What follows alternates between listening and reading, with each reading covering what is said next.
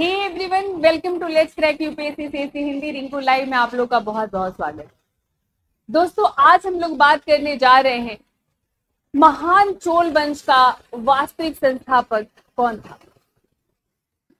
वो चोल वंश जिसकी विरासत ने भारत की संस्कृति में चार चांद लगाया है, चाहे वो आर्किटेक्चर हो, स्थापत्य हो, मूर्ति कला हो, साहित्य हो।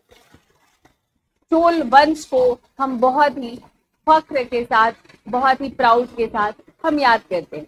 तो इस वंश का संस्थापक आखिर कौन था? वास्तविक संस्थापक, वैसे तो संस्थापक विजयालय को हम मानते हैं। तो आप जो देख पा रहे हैं ये एक कौन है? तो ये एक रानी है और ये क्वीन थी या गॉड थी, इस बात पर बहुत ज्यादा चर्चा होती है। तमिलनाडु में कई मंदिरों में इनकी कांसे की मूर्ति बनाकर इनकी पूजा की जाती है उमा पार्वती के रूप में।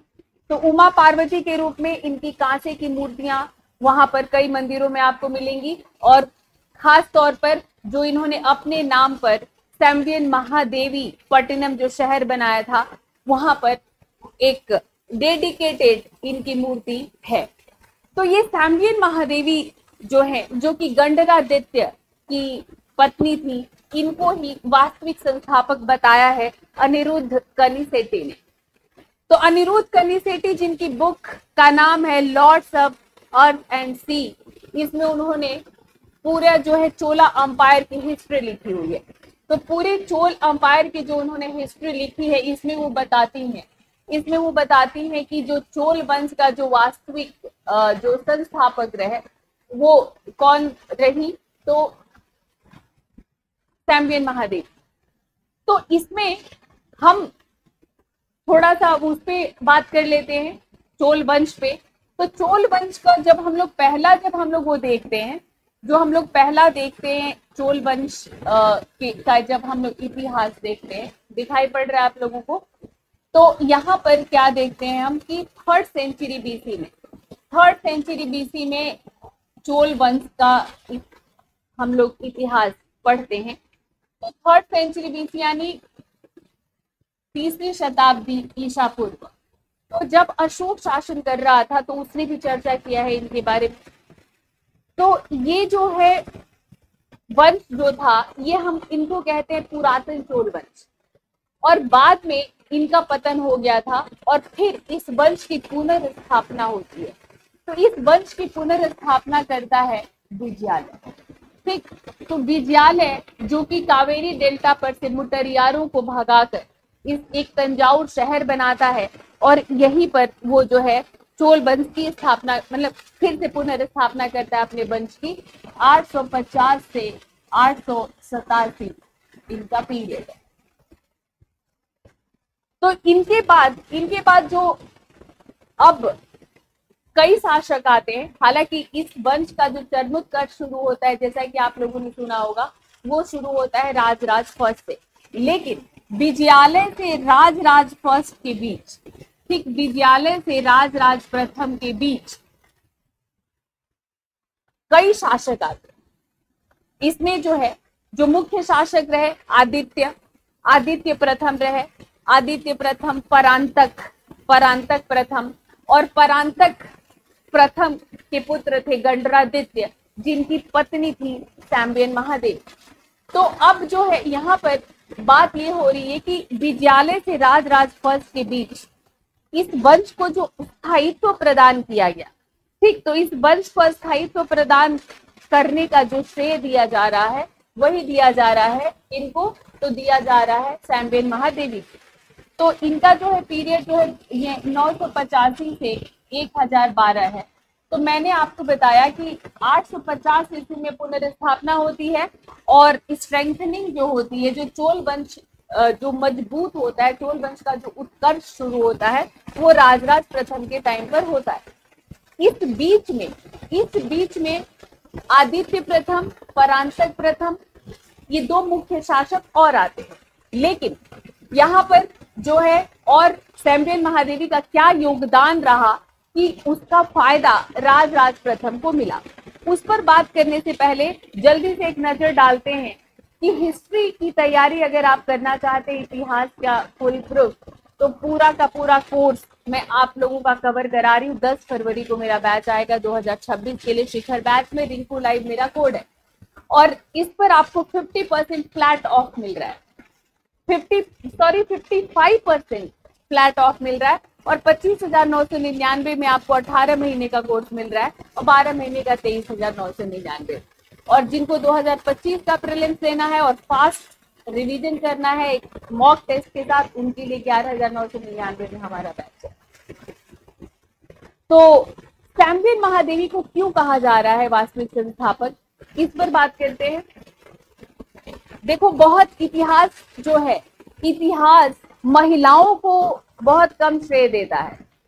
जैसे हमारा जो समाज है वो पैट्रियार्किकल है, पितृसत्तात्मक समाज है और हमेशा जो पुरुष रहे हैं वही प्रधान रहे और उन्हीं के योगदानों की व्याख्या की जाती रही है और श्रेय भी उन्हीं को दिया जाता रहा है। ऐसे में सैम्बियन महादेवी की उमा पार्वती के रूप में पूजा और उनको जो है संस्थापिका के तौर पर जो दर्जा दिया जा रहा है, तो ये हमारे लिए जानना महत्वपूर्ण है कि आखिर उन्होंने किया क्या, क्यों उनको वास्तविक संस्थापक कहा जा रहा है। ये जो सैम्बियन महादेवी थी, ये चोल राजा गंडरादित्य चोल की पत्नी थी, जैसा कि मैंने आपको बताया। और ये जो गंडरादित्य थे ये परांतक प्रथम के बेटे थे। तो गंडरादित्य परांतक प्रथम के बेटे थे, जो कि परांतक प्रथम का पीरियड 907 to 953 रहा और इन पर प्रीलिम्स में क्वेश्चन पूछा जा चुका है इनके क्रोनोलॉजी पर। अब यहाँ पर जो ये सैम्बियन महादेवी पट्टिनम शहर में जाएंगे तो ये इनकी मूर्ति है, जैसा कि मैंने आपको पहले वीडियो में दिखाया। बिल्कुल जैसे अर्धनारीश्वर जो रूप है शिव और उमा का, शिव और पार्वती का, उसी तरह से इनकी मूर्तियां आपको मिलेंगी वहां के मंदिरों में। और ये जो मूर्ति देख पा रहे हैं ये सैम्बियन महादेवी पट्टिनम, एक शहर इनके नाम पर बसा और वहां पर कांसे की धातु है। तो क्या रहा इनका कंट्रीब्यूशन, क्यों इनकी मूर्ति बनाकर पूजा की जाती है, इनको उमा पार्वती का दर्जा दिया जाता है और अब इनको वास्तविक संस्थापिका कहा जा रहा है। तो देखो, इन्होंने बनाए कुछ मंदिर, इन्होंने क्या बनाए, बहुत सारे मंदिर बनाए और जो एग्जिस्टिंग मंदिर थे उनको इन्होंने दान दिया। तो परांतक प्रथम के बाद यानी विजयालय आदित्य प्रथम, आदित्य प्रथम के बाद परांतक प्रथम, परांतक प्रथम के बाद क्या रहा था कि जो चोल वंश जो कि धीरे धीरे अपना फाउंडेशन मजबूत कर रहा था, परांतक प्रथम के बाद थोड़ा कमजोर हो रहा था। ऐसे समय में एक जनमानस तैयार किया सैम्बियन महादेवी ने, बहुत सारे मंदिर बना दिए और जो मंदिर पहले से बने हुए थे उनको दान देकर, कांसे की प्रतिमाएं भेंट कर, वहां का मैनेजमेंट सुधार कर, तो लोगों के मन में ये भाव गया कि भाई ये जो वंश है, ये जो हमारे राजा हैं, जो रानी हैं, अगर यही शासन करते रहे तो आगे भी हम लोगों के लिए ये लोग बहुत सारे कार्य करेंगे। और जैसा कि आप जानते हैं कि भारत की जनता हमेशा धर्म से अनुप्राणित रही है और हमारे यहाँ धर्म एक प्रमुख तत्व रहा है। और इसके साथ जो मंदिर रहे हैं वो मंदिर सिर्फ पूजा अर्चना के केंद्र ही नहीं होते। खास तौर पर अगर हम दक्षिण की बात करें तो दक्षिण के जो मंदिर थे वो शिल्प उत्पादन के भी बड़े केंद्र रहे और वो एक तरह से प्रशासन के भी केंद्र होते थे, क्योंकि वहां पर कई सारे महत्वपूर्ण फैसले लिए जाते थे। कई बार तो राजा रानी भी वहां पर पहुंचते थे। कई सारे विवादों का निपटारा भी मंदिर में, प्रांगण में कर दिया जाता था। लोगों की ये आस्था थी। तो इस ऐसे में जो है, जो उन्होंने लोगों के भावनाओं को एक तरह से क्या किया, चोल वंश के प्रति उनको जो है बनाया, ईमानदार, लॉयल बनाया और उनके प्रति उनके मन में प्रेम और आस्था जगाया। तो आपके लिए महत्वपूर्ण क्या है, तो आपके लिए महत्वपूर्ण है ये टेम्पल्स जो इन्होंने बनाए। और आपसे संभावित जो क्वेश्चन है, क्योंकि ये चर्चा में है तो संभावित क्वेश्चन यही है। तो कुथलम मंदिर, ये कुथलम शहर है, वहीं पर आपको ये मंदिर मिलेगा। देख पा रहे पूरा द्रविडियन शैली है, पिरामिडिकल शिखर। ये कुथलम मंदिर कुथलम शहर में है और ये तमिलनाडु में। और ये है बिरुदगिरीश्वरर मंदिर है। ये शिव को डेडिकेटेड टेम्पल है। शिव को डेडिकेटेड टेम्पल है। ये कुडालोर जिले के बिरुचलम शहर में है। तो कुडालोर जिले के बिरुचलम शहर में है ये।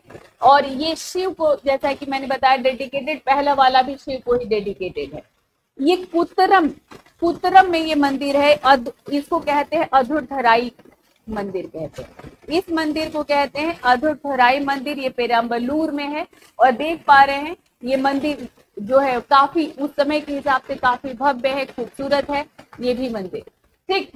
और ये जो मंदिर है ये बकराई मंदिर है। ये भी जो है शिव को ही डेडिकेटेड टेम्पल है। जैसा कि मैंने आपको पहले कई सेशन में बताया है कि दक्षिण भारत में नैनार भी रहे, अलवार भी रहे, यानी शैव भी रहे और वैष्णव भी रहे, लेकिन शैव संतों की संख्या 63 थी। इसी से पता चलता है कि दक्षिण भारत में शिव की पूजा ज्यादा हुई और शिव के मंदिर भी ज्यादा बने।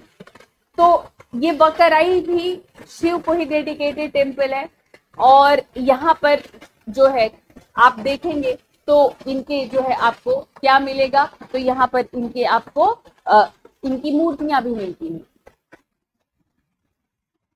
तो सैम्बियन महादेवी का जो योगदान रहा वो जनमानस तैयार करने में रहा। उन्होंने नींव को मजबूत किया और ये उत्तम चोल की मां रही। और फिर जब राज चोल आते हैं तो उनको इन सभी इनके कार्यों का इनको क्या मिला, लाभ मिला। इसीलिए इनको वास्तविक संस्थापिका कहा जा रहा है। तो ऐसे ही बने रहिए आप सेशन में। मैं ऐसे ही आपको कुछ इंपॉर्टेंट अपडेट्स देती रहूंगी और निश्चित तौर पर थोड़ा डिटेल रहेगा, बाकी से अलग रहेगा। तो thanks for watching this session.